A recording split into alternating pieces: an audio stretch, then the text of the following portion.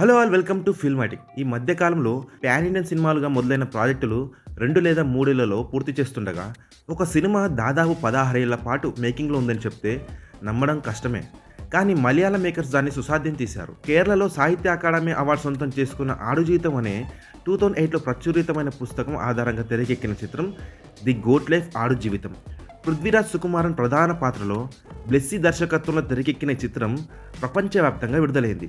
మలయాళంతో పాటు తెలుగు, తమిళ, హిందీ భాషల్లో ఏకకాలంగా విడుదలైన ఈ చిత్రం ఆడియన్స్ను ఏ మేరకు ఆకట్టుకుందో చూద్దాం. కథ విషయానికి వస్తే, కేరళలోని ఒక గ్రామానికి చెందిన సగటు వ్యక్తి నజీబ్ మంచి జీతం కోసం ఆశపడి స్నేహితులతో కలిసి దుబాయ్ చేరుకుంటాడు.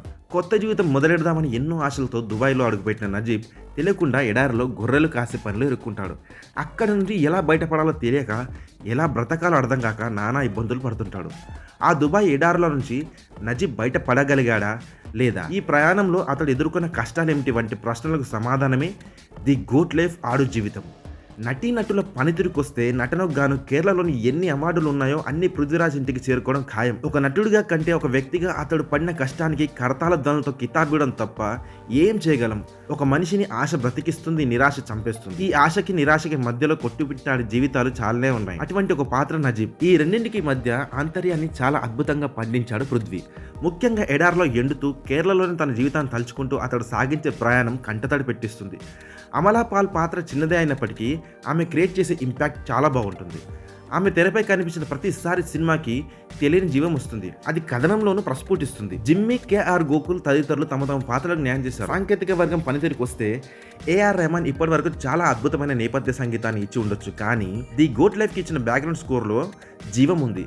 నజీబ్ ప్రయాణంలోని వ్యధ, స్వేచ్ఛ కోసం పడే తపన, ఒక చుక్క నీరు కోసం చేసే పోరాటం అన్ని ఏఆర్ రెహమాన్ వాయిద్యాల ద్వారా కంటి పొరల నుండి హృదయాన్ని గుచ్చుకుంటాయి. ఈ సినిమా ఒరిజినల్ సౌండ్ ట్రాక్ త్వరగా విడుదల చేస్తే చాలా బాగుంటుంది. ఒక ప్రేక్షకుడు సినిమాని ఆస్వాదిస్తున్నాడంటే అది ఖచ్చితంగా సినిమాటోగ్రఫర్ పనితనం అని ప్రత్యేకంగా చెప్పాల్సిన పని లేదు. అయితే ఈ సినిమాలో సునీల్ పనితనం ఏ స్థాయిలో ఉందంటే, ప్రేక్షకుడు కూడా ఎడారిలో కూర్చున్న భావన కలుగుతుంది. Tight close shots, long shots లో ఎడారిలో ఒంటరి ప్రయాణాన్ని చూపించిన విధానం అద్భుతమనే చెప్పాలి. వీళ్ళిద్దరి తర్వాత మాట్లాడుకోవాల్సింది ప్రొడక్షన్ డిజైనర్ గురించి. 2018లో మొదలైన ఈ సినిమా ప్రొడక్షన్ దాదాపు 2023 వరకు సాగింది. కరోనా కారణంగా డిలే అవ్వడం వంటివి జరిగిన, క్యారెక్టర్లో కనిపించే చిన్నపాటి కంటిన్యూటీ మిస్టేక్ తప్ప పెద్దగా తప్పు పట్టేంతలా ఏమీ లేకపోవడం అనేది వారి సిన్సియారిటీకి ప్రతీక. దర్శకుడు బ్లెస్సీ ఒక ఫిల్మ్ మేకర్గా బీభత్సమైన ఫామ్లో ఉన్న తరుణంలో 2008 విడుదలైన ఆడు జీవితం పుస్తకం విపరీతంగా నచ్చి ఆ పుస్తకాన్ని సినిమాగా తెరకెక్కించడం కోసం తన 16 ఏళ్ల సమయాన్ని వెచ్చించడం అనేది మామూలు విషయం కాదు. ఒక దర్శకుడిగా, రచయితగా అతని పనితనాన్ని చూసి మెచ్చుకోవడమే అతడికి మనం ఇచ్చే మర్యాద. ఓవరాల్ మూవీ అనాలిసిస్కి వస్తే, ది గోట్ లైఫ్ ఆడు జీవితం అనేది ఆర్ట్ సినిమా ఫార్మాట్లో తెరకెక్కిన కమర్షియల్ చిత్రం. ఒక వ్యక్తి జీవితం కనిపిస్తుంది, కష్టం కనిపిస్తుంది. వీటన్నిటికంటే ముఖ్యంగా ఆశావాదిగా జీవించడం అనేది ఎంత అవసరమో తెలియజెప్తుంది. మల్టీప్లెక్స్ అండ్ క్లాస్ సినిమా మెచ్చే ఆడియన్స్ను విశేషంగా ఆకట్టుకునే చిత్రం ఇది. ఫైనల్గా ఆశ్చర్యపరుస్తూ ఆలోచింపజేసే ఆశావాహ జీవితం. My rating for this film out of 5 3. Thank you for watching this video.